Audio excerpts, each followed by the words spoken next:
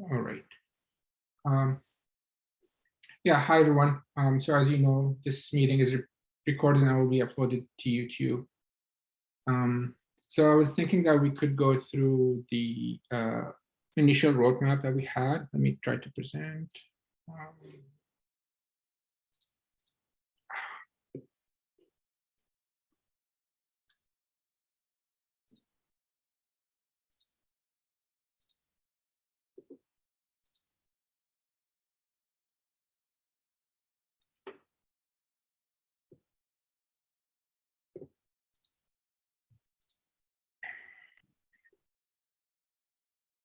Um,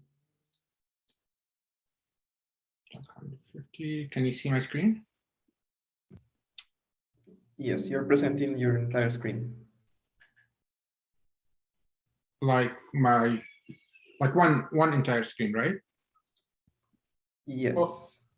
Or you mean like my everything? Oh, right. It's yeah. It's a whole window. Sorry, a whole screen. Yeah, we can see Finder on there. Oh, okay. Why did that happen? You can see that now we'll verse in Zoom. Stop sharing. Share screen.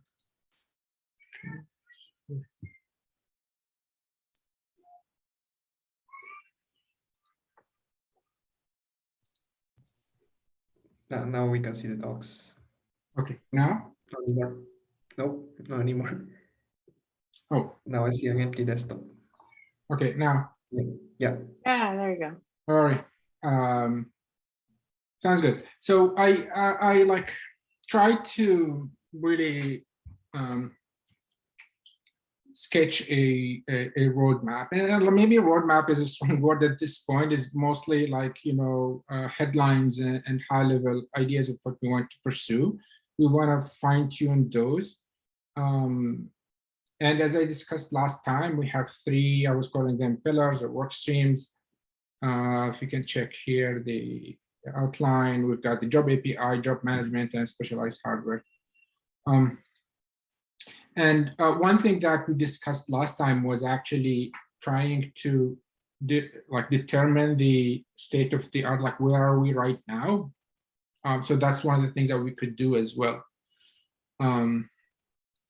And specifically with regards to the job management, the suggestion was to start by inviting, you know, people who already built frameworks on top of Kubernetes to manage jobs, like Volcano, Unicorn, MCAD, batch plugins we have as well in the scheduling framework, to present their frameworks and like probably the outcome here is to have some sort of like collect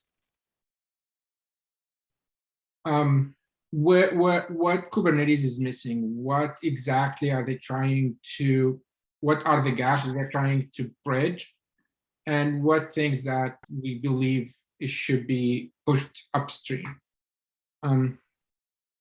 So I don't know if this thing, like, you know, discussing the state of the art applies to all work streams. I think in the third work stream it does as well. Marlo from Intel, I think she's already working on a doc to document the state of the art related to the current state of what kubelet supports for, I think, stuff related to CPU manager, memory manager, and the likes. I think this could apply to the job API. We could try to discuss the state of some common custom operators like MPI job, TF operator, Spark operator, and try to understand what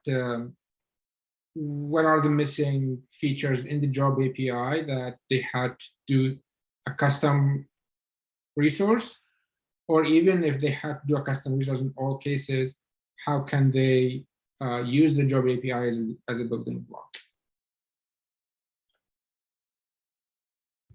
And I think maybe- that those the different solutions that you showed in the second section would actually influence what's in here as well. So, you know, as we learn about these different solutions, I think they will highlight some additional features that weren't there and why these systems were built and how we can add to this new API or enhance the API is probably a better way to say it. As a like action items here, like I'm not going to write some rough notes. I don't know if I should. I'll probably write them here, not in the agenda doc. Trying to see, okay, how can we formulate this a little bit more? For example, here, invite maintainers to present their frameworks and discuss missing features. Yeah. Maybe we can include some sort of template. Yep, I was thinking about that too. That's a great idea. Template of what? Basically, I don't want this to turn into a shop where everybody's trying to sell their product. We want to answer specific questions, right? So we in the template we could have things as why, yeah, why X is not enough, why did you introduce this, or maybe what's your target audience, if there is any. Right. Like I would say, like mode of operation, gaps in upstream gates.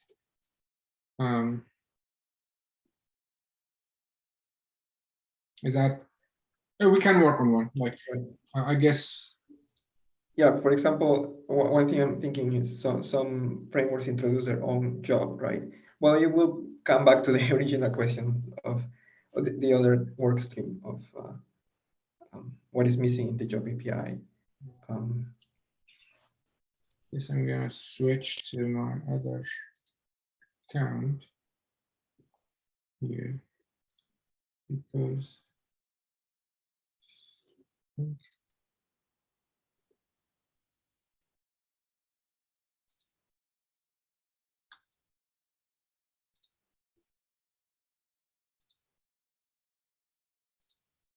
I think it would be maybe helpful to have in there kind of like the motivation and the architectural design of some of the features, like the queuing piece of it, if there's queuing, right? If there's scheduling pieces of it and what policies they have, you know, just some insight into their design decisions. So I think I'm going to assign this to Aldo, propose a template, and I Diana, would be happy to help in okay. any way. Propose a template for presentation.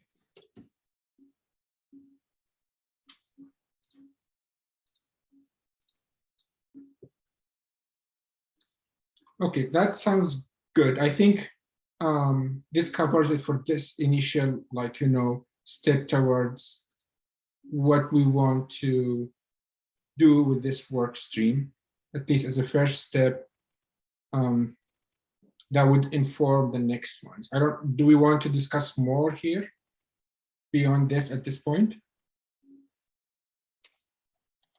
I think another thing to include in the slide templates is that how they support the job framework or job operators. like as far as I know, Volcano did a lot of integration work to support the current stuff. So we might we might want to evaluate how that kind of integration behaves. So I think our design goal is that we don't want to sort of do the integration for every single job, controller, whatever, right? We want to this integration be much more smooth and extensible. So otherwise we have to maintain a large pool of operators we can support, and that is not that extensible.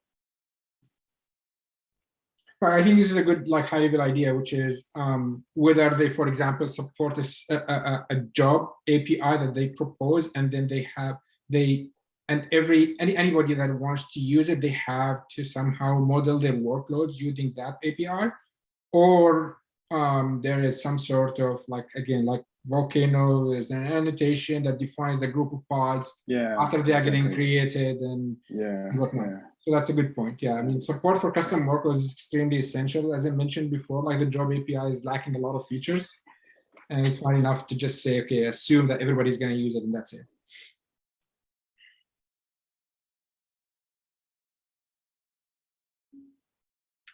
Sounds good. Then this is really a good first action item on this work stream.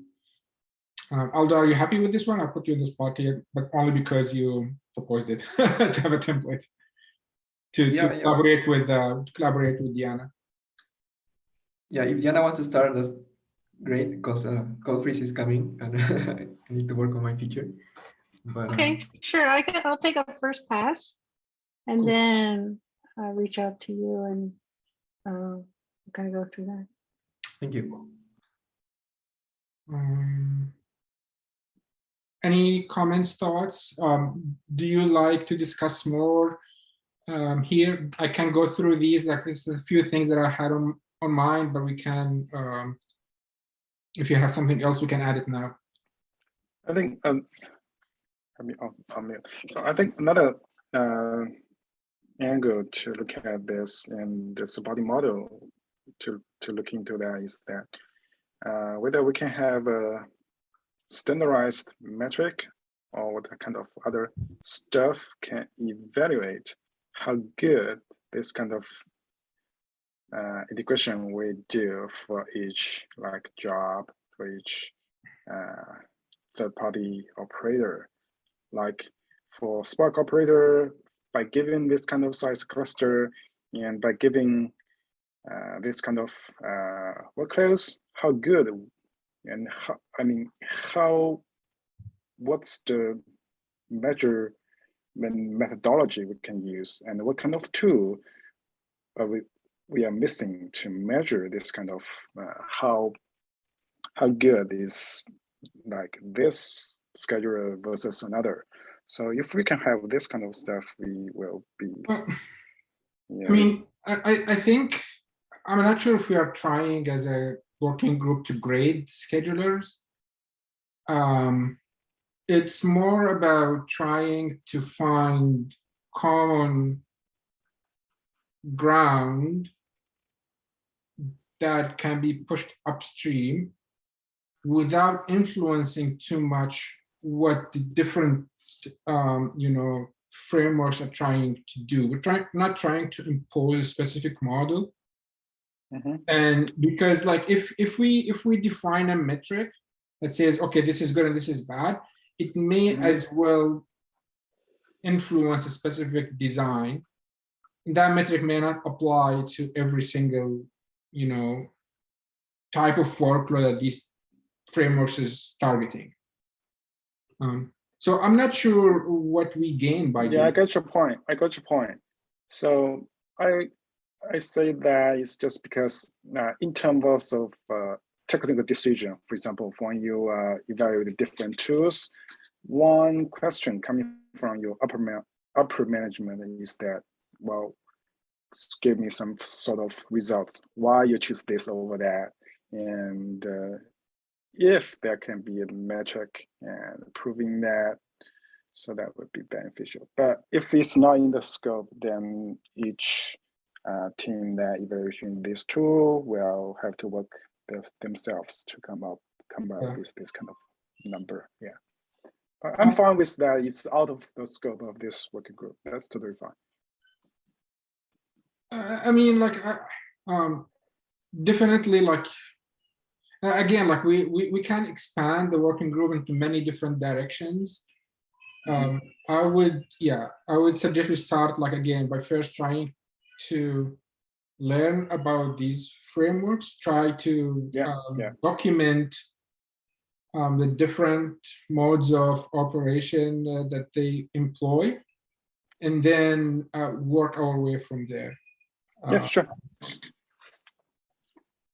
I do think it's a good idea to think about evaluation only at the sense of eventually when we come up with something we can upstream, how we're going to evaluate it through the normal Kubernetes performance evaluation, right? So it's good to think about how we evaluate the design, and so that we can prepare for, you know, benchmarking as we move things upstream. I think eventually it should be good to have that. It's just at this phase, Abdullah mentioned that we have a lot of work to do. It's maybe not that ideal to expand the scope too much. Right? So, like, I'm just trying to make it a little bit more concrete here. What is it that we're trying to do with this work stream? Since I guess the group that joined today is more interested in this work stream. So here I'm saying, like, identifying patterns or propose enhancements to job level queuing, scheduling, provisioning, and auto scaling. Do we? And I guess we can go through these, like, points, and maybe that will make it a little bit more concrete. Yeah, sure. The one thing is, like, converge on a pattern that can potentially be supported natively by upstream Kubernetes. Do you feel that we can get to a point where we will have queuing support upstream in core Kubernetes, or you feel this is a losing battle, and the focus should be on I think it's technically possible. I think it's possible, and I'm very encouraged about that. And as you can see, there's already people needing, demand is there. right. So I think, you know, if we do a good job, we'll be able to alleviate a lot of that demand. And so I guess the question is whether we think there would be a one true answer to queuing in Kubernetes, or it would be just, let's say, the job defines a queue, and however you want to implement the queue, you have multiple options, right? Right. That's what I'm hoping we can design, something like that. Okay. Right. So, yeah, I think at this point it's too early to to answer where do we wanna be. Right. Yeah, I'm just trying to get a sense of, like, are people, like, motivated to actually do something upstream with queuing, or is it more like, okay, let's try to find and define, you know, or like just work with existing solutions that are built on top and replicating a ton of work? So I can share just my experience, and just for pure clarification, one of the lead developers on MCAD, which is the queuing, it has some queuing capabilities. And, you know, I've been working with various people within the company. I work for IBM, and there's definitely a demand for queuing solutions.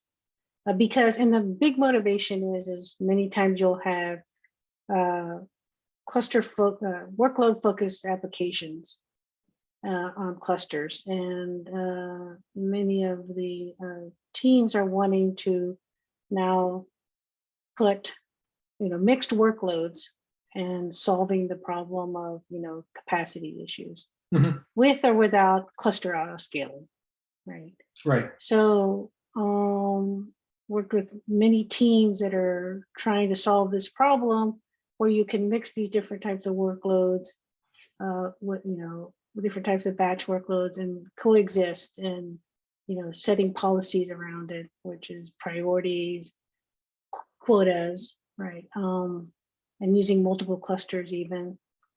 So there's a demand, just from my own experience working with this.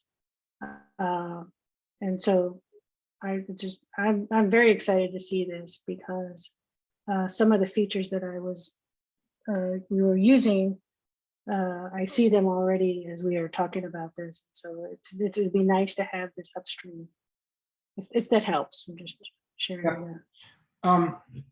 So the thing that, like, at least from again, like wearing my personal hat here, not the like as a co-chair, this is what also we're trying to do with Q, not necessarily enforce like a specific implementation, but we want to reach that set of APIs, like a workload API, a Q API.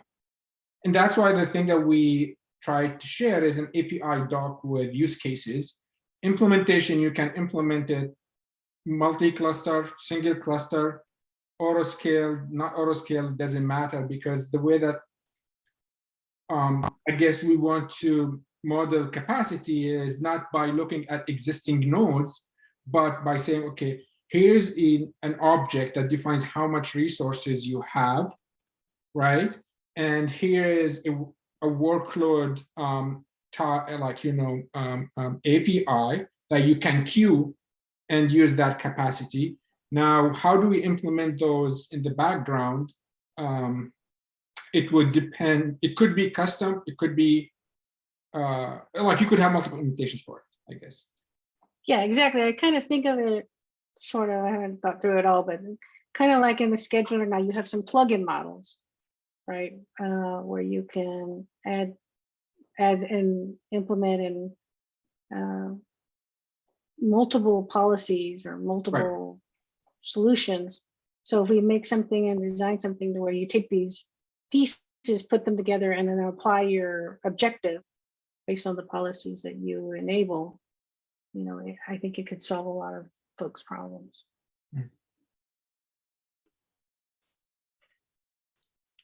So is one of the point, Violet, I'm curious in terms of like choosing between whether to implement something in tree or out of tree. So if some of the concepts are like basically one-to-one correspond to the in-tree concepts and APIs that are like quota, that are like the V1 batch V1 jobs. So you're basically functionally equivalent, but you're hoping this is something that's more suitable for batch workloads. Then does it make sense to, instead of introducing something brand new, but rather you extend whatever the current concept that's more geared towards, serving applications, you kind of just put that as their batch counterparts. Or like, for example, I'm kind of thinking in some other conversations, like people were like asking for, hey, does it make sense to have like instead of stateful sets, like stateful jobs? Then does it make sense to be, just because they're kind of very much aligned with the abstraction level of existing Kubernetes objects, native objects? Right. So we had these discussions on like there are two things that you mentioned here, two really good examples: the job API, the quota system. Let me start with the job API. So we do have now a stateful set job, so to speak. We have index job. It behaves exactly like stateful set, but the pods could terminate. And so it matches better the like batch workload, behavior. Now, even if like we are trying to enhance the job API, and that is the purpose of the first work stream. but it felt that at some point it will not be possible to force every single type of workload to be modeled only using a single job, V1 job. There will be cases where it is special, like Spark. Spark is going to be extremely hard to model as a job API, V1 job. I don't know, it has some custom setup. It needs its own operator and lifecycle management. And so we need to accommodate those. Those are not a small group of workloads. Our hope is that they either, like most of them would try to use the job API as a building block, but I don't think we're gonna get there 100%. And so we want to provide that middle abstraction that still allows us to stop these jobs, provide them resources, but not how to deploy them, how they run, and whatnot. I'm not sure if I'm being too clear here, but it's not going to be one type of job API that will fit everything. With regards to quota, the current quota system is not it's called quota, but it is mostly designed around protecting the cluster from failing over. It's not designed to basically try to queue requests, drain them based on available quota, and and do a fair sharing and whatnot. It is implemented in the API server itself at admission. Like when you create the object, it decides whether I'm going to drop it or not. It does not match at all the job or the batch requirements of queuing and quota management and fair sharing, and also requirements related to fungibility and auto scaling. That is a beast of set of requirements to try and convince the community to push it into the current quota system. But I'm optimistic that we could have something designed for jobs that we could push upstream. I'm not sure it's going to be exactly the same, but I think they address two different requirements.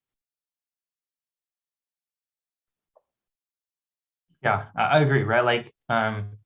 And what I was alluding to was not necessarily, extend the current job API, job type, or the current quota API, but rather if these are things that are basically one-to-one equivalent to their, non-batch counterparts, then you can think of them as core. And if they're core, it kind of makes sense to, directly push them into K/K core. So I guess I've been kind of just using that as a criteria. Yeah.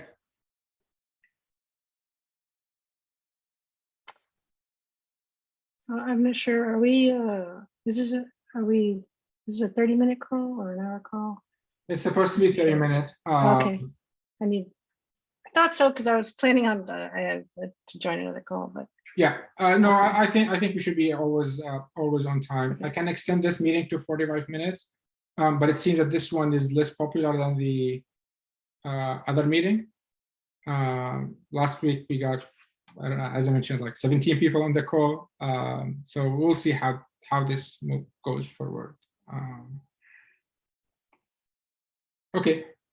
So I guess please take a look at the roadmap. Again, make suggestions, edits, and how we can move forward with this. Perhaps next week on the longer time slot, we can go again through the API, job API, and the specialized hardware. okay. So sorry, I have to drop now, but thank you so much, and Thanks. I'll be in touch. Thank you. Yeah. Thanks. Bye. See ya. Take care.